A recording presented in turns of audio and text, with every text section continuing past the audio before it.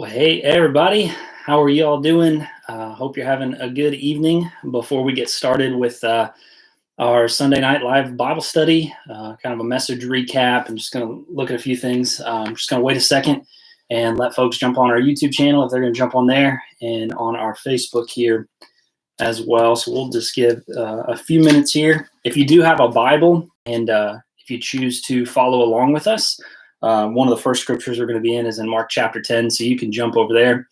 But we'll wait one more second and let everybody jump on. Hey, let me update you all on this. This is pretty cool.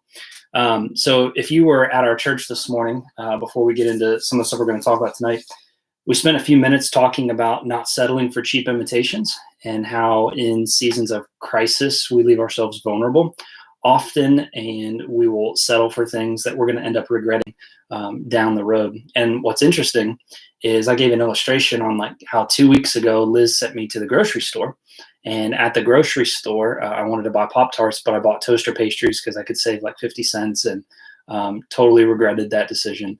And now what's pretty cool, she sent me to the grocery store today, and I actually bought Pop-Tarts, and I bought the real kind because they were on sale, and it was like a sign from Jesus, and I was so pumped. And so I got me some s'mores Pop-Tarts tonight at Meijer, and after this little Sunday Night Live stream is over, I'm going to head downstairs. I'm going to eat me some Pop-Tarts in Jesus' name, because that's incredible. So just had to update everybody on that because I was so excited and I was so pumped.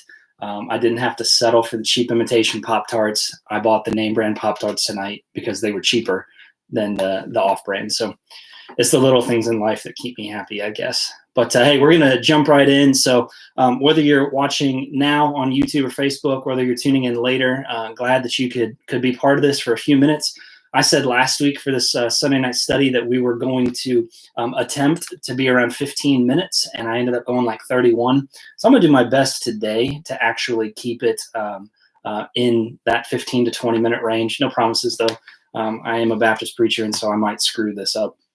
But really, the goal of this is simply to take a look back at some of the things we talked about this morning, and to really just, allow me a platform to share some things that I just didn't get to talk about this morning. So we try to limit our messages on Sundays to about 30 minutes. And so there's just a few things that we didn't get to today that I just want to cover, maybe dive a little bit deeper in some of these ideas that we covered this morning. And hopefully it's helpful for you as you're studying the scriptures this week and really processing, hopefully, some of the things that we've talked about on Sunday morning. So I hope this is helpful for you.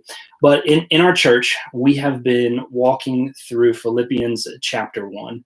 And in Philippians chapter 1, we really spent the past 2 weeks looking at some prayers that Paul offered up on behalf of himself for the Philippian church to God. And today we were in verses 9 through 11. And really I talked about 4 prayers that I've been praying personally for my church, really born out of those verses as Paul was praying for the church in Philippi. And just as a quick recap, if you haven't seen that message or you weren't part of that, those 4 prayers were this. I've been praying that my church's love for the local church would keep growing.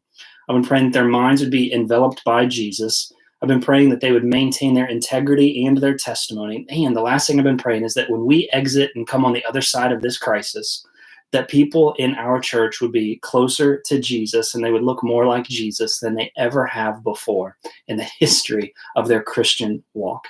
And so we covered a lot of ground this morning as we journeyed through those 3 verses. And again, I hope that was helpful for you. But I wanted to just press in real quick on a few things that I didn't get to talk about that I think are important for us to really process, especially as we're reading through Philippians chapter 1. And the first thing is this. So we talked about how we wanted our love for the local church to grow and deepen during this season. And I think it begs the question, and it's something I just wanted to cover real quick. And again, this is going to be a 30,000-foot deal. And so I encourage you just to study this a little bit for yourself as well. But the question is this: why is the local church so important?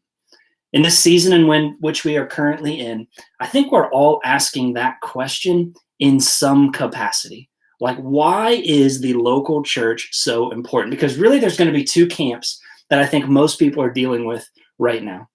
Camp number 1 in this current quarantine, stay-at-home, crisis, pandemic, whatever you want to call it, camp number 1 says this: I can't wait to gather with my church again. There's probably a lot of you that, whether you're watching now or later, you fall into that camp. I can't wait to gather with my church again. That's me. But at the same time, I know there's some people that are asking this question: do we really need to gather again? Like, because the way that we're doing church now, in some capacity, it's working. The gospel's getting out to more people than ever at any point in history. So what we're doing right now is working. It's making a difference. And if you're anything like me, there's some times where I've asked myself that question where I'm like, like, what if this just goes on forever? Do we really ever need to gather again with the local church? And I want to address that real quick because I think this is important. And it's all going to stem off Mark chapter 10, verse 45. So if you got a Bible, turn there with me real quick. Mark chapter 10, verse 45. If you don't, that's cool. You might be scrolling through Facebook watching this. Lucky for you, I have a Bible, and I'll share it with you. Mark chapter 10, verse 45, Jesus is speaking, and here's what he says. For even the Son of Man did not come to be served. Notice that. The Son of Man did not come to be served. But what's it say? But to serve. The Son of Man did not come to be served, but he came to serve. And Jesus, as he existed, lived, and really modeled human existence, he showed us what it needs to look like to live in Christian community with that simple verse of Christian community exists not for what we can get out of it, but for us to serve other people. I want to say that again because I think this is so important. And this, again, Jesus' whole life, his ministry, the birth of the church, it all stems from this idea that Christian community is not created for me. It's created for me to serve other Christians. And the danger that we run into in this online church season, and I'm going to be first to say, I was skeptical of online church 3 months ago, like super skeptical. But I'm a firm believer now that it's here to stay, and it's always going to be part of the church now. I think that's just the way technology is going. And so Living Hope Columbus is always going to be in that game from this point forward. Like, we're always going to be part of the online church movement, whatever you want to call it. But in this online church season, in this moment that we're in, here's the two dangers that we run into if we don't cling to that verse I just read in Mark 10, verse 45. The first danger is this, is that we're going to get stuck in this, what I call the what I can get out of it mentality, right? The what I can get out of it mentality. That simply means I tune in online church to a church service for what I can get out of it that day. You ever thought about that? And if the church that I tuned into doesn't, quote, meet my need for the day, you know what I'm going to do? I'm going to tune into a different one that's going to meet my needs better, that maybe has a better production quality, maybe it has a better speaker, maybe it has a better band, maybe the videos are better. I don't know, whatever you want to say. I'm going to tune into a different one because that's going to meet my needs better. And so we can get stuck in this mentality. And again, I'm all for production. I'm all for good video quality. I think that's important. I think that honors God. But that can't overshadow what the church was created to do. So we can get stuck in that mentality, which again goes against Mark 10:45 of Jesus didn't come to be served, but to serve. And when we get stuck in that mentality of, well, man, I'm just in it for what I can get out of it during this season of church, we're treading on some really, really thin ice right there. Here's the second trap we can get in, like really stuck into during this current season of online church that we're in. And it's this idea of like this content dump, right? Where I'm just consuming information after information after information, just consuming all of this information. Now, is that bad? No. In our church here, Living Hope Columbus, we're releasing content like crazy right now. Why do we do that? Well, we understand that in the current crisis that we're in, that our affections are being pulled in 1,000 different directions. And because of that, we want to provide a space nearly every day where we can help take your affections and point them back to Jesus.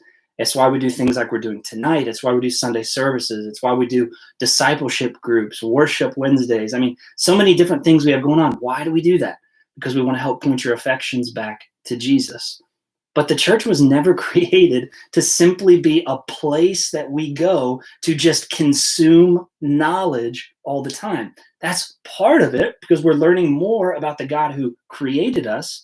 But if Mark 10:45 is true and we were really created to serve, then if knowledge is not met with application, if knowledge is not met with transformation, man, we're missing the mark there.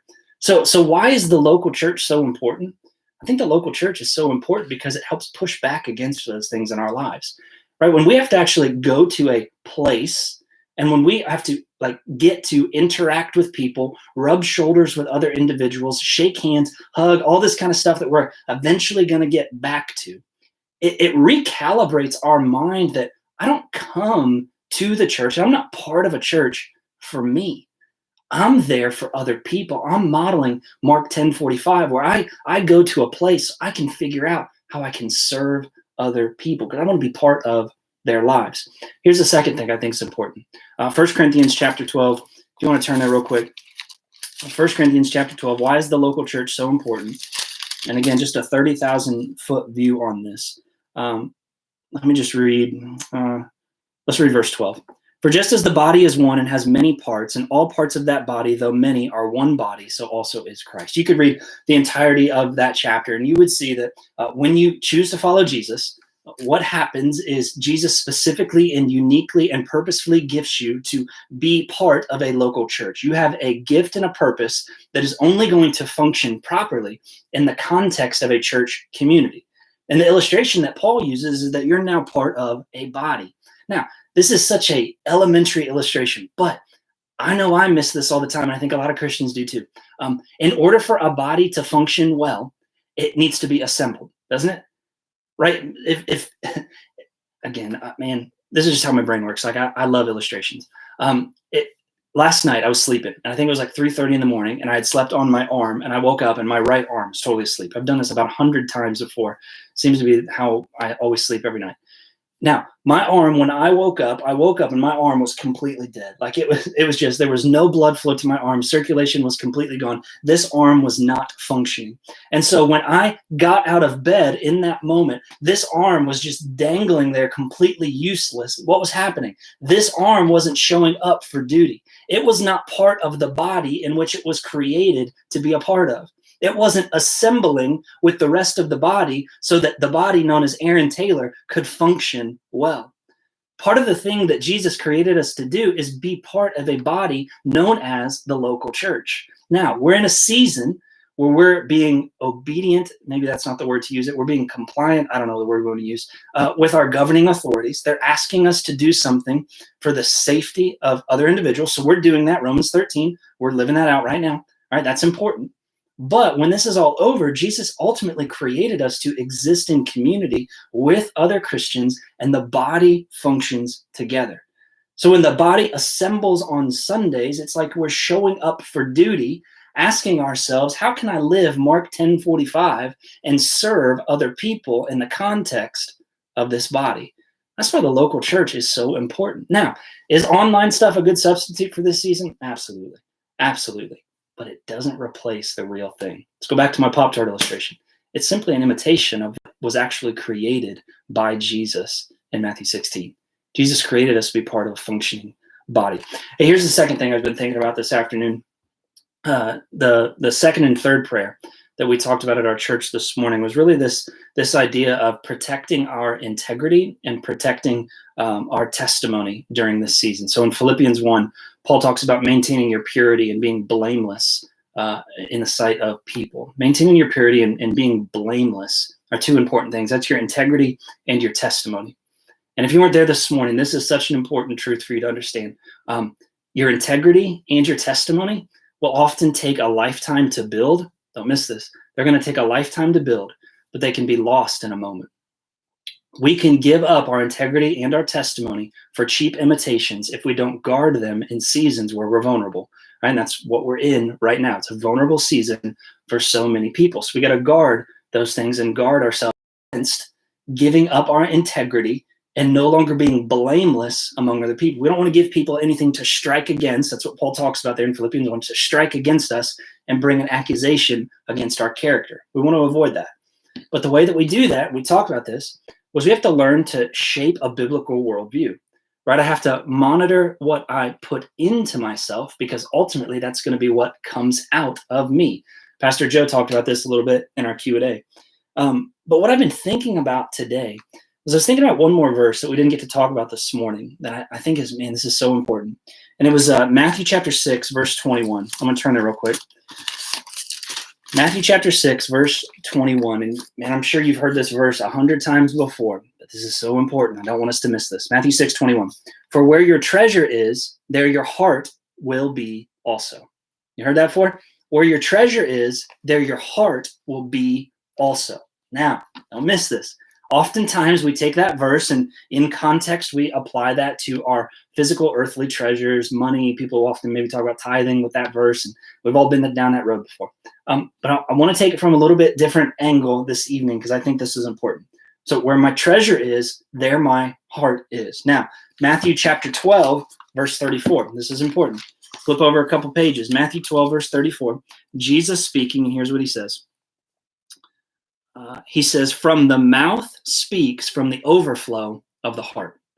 So where my treasure is, that's where my heart is. And then Jesus goes on to say a few chapters later, for the mouth speaks from the overflow of the heart. So what's the progression that we see here in the book of Matthew, the Gospel of Matthew? What does Jesus teach us? The things I treasure ultimately form what I hold valuable, what controls my heart, right? The things I treasure ultimately controls my heart. And then here's what happens. What's in my heart will then overflow from me. That's that internal being of what is shaped, molded, and who I am is going to ultimately overflow from me. Right? Did you follow that? So what I treasure will ultimately control my heart, and what's in my heart is what's going to overflow from me. So it begs the question, and we talked about this a little bit this morning at church. It begs the question, what do I treasure? In my life personally, what do I treasure? Because what I treasure is ultimately going to form my heart. It's going to control my heart. Those are the inputs that we were talking about this morning. Those are the inputs, those things that we're inputting into ourselves that ultimately controls my heart, and then it's going to come out of who I am. I need to protect my inputs so that my output is good. So what controls your heart? Think about it. It could be simple things. I ask myself this question all the time. What I treasure is what consumes the majority of my time. You thought about that? The thing I treasure most is what consumes the majority of my time. The things I give the most time and attention to are the things that I treasure most. Is that social media for you? If you're on Facebook or YouTube tonight, you're exempt from this for just like 5 minutes, all right? Is that social media? Maybe it's television. Maybe it's a relationship of some kind. Maybe it's the news. Maybe it's another person. What I treasure most ultimately controls my heart. Whatever controls my heart is going to come out of me. So it's why we encourage so much. I know this is such like a pastor thing to say. Daggone it, be in the Word, man. Spend time with Jesus. The first thing you input every day needs to be Jesus. Rise early in the morning and be with Jesus. Before you eat anything, before you drink anything, be with Jesus.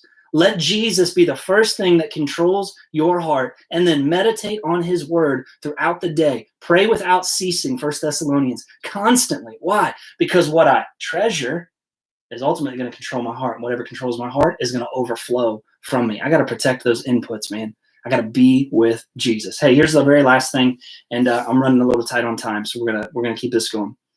The third thing I wanted to talk about was the fourth prayer that I talked about that we offer. I'm praying for my church right now. And it's this, that when we come to the other side of this pandemic, this virus, this quarantine, all this stuff, man, I'm praying that people in our church come out of this more like Jesus than ever before. I'm praying that they're closer to Jesus. I'm praying that people see Jesus in those that call our church home more than ever before. Look at Philippians chapter 1. This is a verse we read this morning. Philippians chapter 1, verse 11. Paul says, I'm praying that you're filled with the fruit of righteousness that comes through Jesus Christ to the glory and praise of God. Filled with the fruit of righteousness, abundantly overflowing with Jesus from your internal being. Right? It means the Jesus in me. Why? Because he's controlling my heart. See how this all ties together? Jesus is controlling my heart, and therefore he's going to overflow from me. Galatians chapter 2, verse 20. Look at this one. It's amazing how the over and over and over. Galatians chapter 2, verse 20. God's word says this: I've been crucified with Christ. Watch this. I no longer live. Right? So when I got saved at 15, chose to follow Jesus, what happened? Aaron Taylor was dead. And then what happened? Jesus took over. Aaron Taylor's dead, gone, dead to sin. Jesus takes over. I've been crucified with Christ. I no longer live, but Christ lives in me. The life I live in the body, watch this, I live by faith in the Son of God who loved me and gave himself for me. This Jesus in me overflowing from me, and that's what other people see now.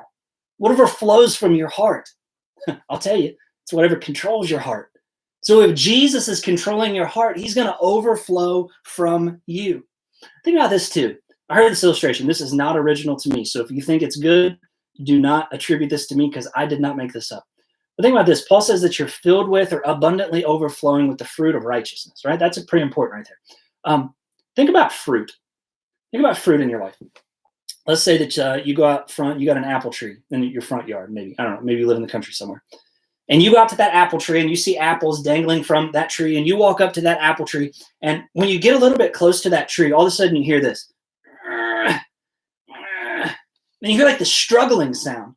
And you start looking around and you're like, what in the world? It's just me and an apple tree. Who's struggling? And you get a little bit closer to the tree. You get up to that tree, you get real close to one of those apples, and you hear that apple going, you hear that apple struggling. Well, this is a made-up story, so it gets to be whatever I want it to be. You walk up to that apple, and you're like, what in the world's going on? That apple says, well, I'm trying really hard to be fruit right now. I want to be the best fruit I can be right now for this apple tree. That's ridiculous, isn't it? It wouldn't make sense. That makes no sense whatsoever. But if the apple branch, the apple is simply connected to the branch, which is connected to the tree, what's naturally going to happen? There's going to be an apple that's formed. That's why Jesus tells us in John 15 that he's the vine and we're the branches, and apart from him, we can do nothing. We got to be connected to Jesus. What happens? The more I'm connected to Jesus and he's in me because he's the treasure of my heart, what's going to happen? I'm connected to him, therefore he's going to overflow from me.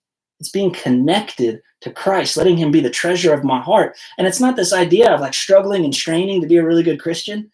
It's just falling more and more in love with Jesus and letting him consume me. And then he's just simply going to overflow from me. The Christian life was never meant to be a life of struggle, but a life of just simply living with Christ. Did you hear that? Christianity should never be a struggle, but it should always just be a life lived with Jesus. Let me give you one more illustration. We're going to land the plane tonight. This is a terrible illustration. In my building, or in my house, a couple weeks ago, we had some mice in the basement. And so I had to set some traps, and there were some dead mice down there. And yeah, it's just a whole thing. Anyways, when I found that mouse in the basement, if I would have walked into the crawl space where I found that mouse, you know what I wouldn't do? I wouldn't walk up to a dead mouse and say, buddy, you need to get up and get out of my house on your own. You need to just get up and leave. Like, just roll out. You're not welcome here. Dead mouse in a mouse trap. You need to just roll out and leave. If you just tuned in, this is a weird illustration. Welcome to the stream. I wouldn't do that. Why? Because the mouse is dead. The mouse needs somebody else to pick it up and to do something with it. Now, stick with me here. Romans chapter 6 says that you and I are dead in sin. Therefore, I can't do anything to get to God. I can't fall in love with God more on my own. I need Jesus to fill me and do what I can't do because I'm dead spiritually, according to the Bible. I can't get to God. I can't appease God. I can't do anything. I need Jesus to do it. So what do? I invite Jesus, Galatians 2:20, to live in me and then live through me. See the difference? I'm not struggling and straining to live the Christian life. I'm simply asking Jesus to live in me and to live through me. I've heard it best put this way, and then we're done. Think about the shirt that you're wearing right now. That shirt, if it was laying on your bed or maybe hanging up in your closet, folded up somewhere, in and of itself, it has no ability to do anything, right? That shirt cannot go to the grocery store in and of itself. That shirt cannot go in your backyard. That shirt cannot go down to your kitchen all by itself. But the moment that you put something in that shirt, the moment that I went inside this blue t-shirt that I'm wearing right now, and I am living inside this blue t-shirt, what happens all of a sudden? All of a sudden, this blue t-shirt this afternoon got to go to the grocery store. This afternoon, this blue t-shirt went to my backyard. This afternoon, this blue T-shirt washed dishes with me. How? Watch, you ready? Because I was living in this shirt. And now this shirt got to do everything from simply the overflow of being connected to me. Friends, Christianity is not a life of struggle. It's letting Jesus live his life through you. That's all it is. And so this quarantine season, here's what I'm encouraging you to do. This is the prayer for my church. Fall in love with Jesus like never before. You probably have more time than you ever have. Get up early in the morning. Stay up a little bit later at night. Enjoy that time when your kids are in the backyard playing, and get your nose in the Word and fall in love with Jesus more, so that when we exit this, people look at you and, man, they're quoting Acts chapter 4. I can tell they've been with Jesus. And that's what I want for my life. I want people to see Jesus not only in me, but living his life through me. That's the Christian experience. So, hey, thank you all for tuning in tonight. I told you I'd keep this to 15 to 20 minutes, and I'm at 26 minutes. So I'm close. Maybe my timer's off. I don't really know. But so glad you could tune in. As always, if there's anything we talk about in our Sunday morning messages, or even here on these Sunday night lives, and you just got a question about it, send me a message. I appreciate y'all. I'm so glad you tuned in. I'm checking these comments real quick. I see Taylor's made fun of me for putting butter on my Pop-Tarts. Judge me, I can take it. If you've never eaten a Pop-Tart with butter on it in the microwave for 45 seconds, you are missing out. In Jesus' name, you need to do that. Yeah, Mom, I just gave that shirt illustration. She's heard me say that about 100.5 times, so that's good. Anthony, Sonia, good to see you guys. Brown sugar and cinnamon Pop-Tarts are terrible. I'm just going to go ahead and say that. The best kind are s'mores. And you can quote me on that one. Feel free to quote me on that the s'mores Pop-Tarts are the best. So love you guys. Hope you have a great rest of your evening. And yeah, we'll see you throughout the week. We have tons of stuff going on social media. So plenty of opportunities to connect during this season. But remember, nothing replaces the physical gathering of the local church. So I long for that day, and we're planning for it hopefully soon. So love you all. Hope you have a great rest of your night. We'll see you later.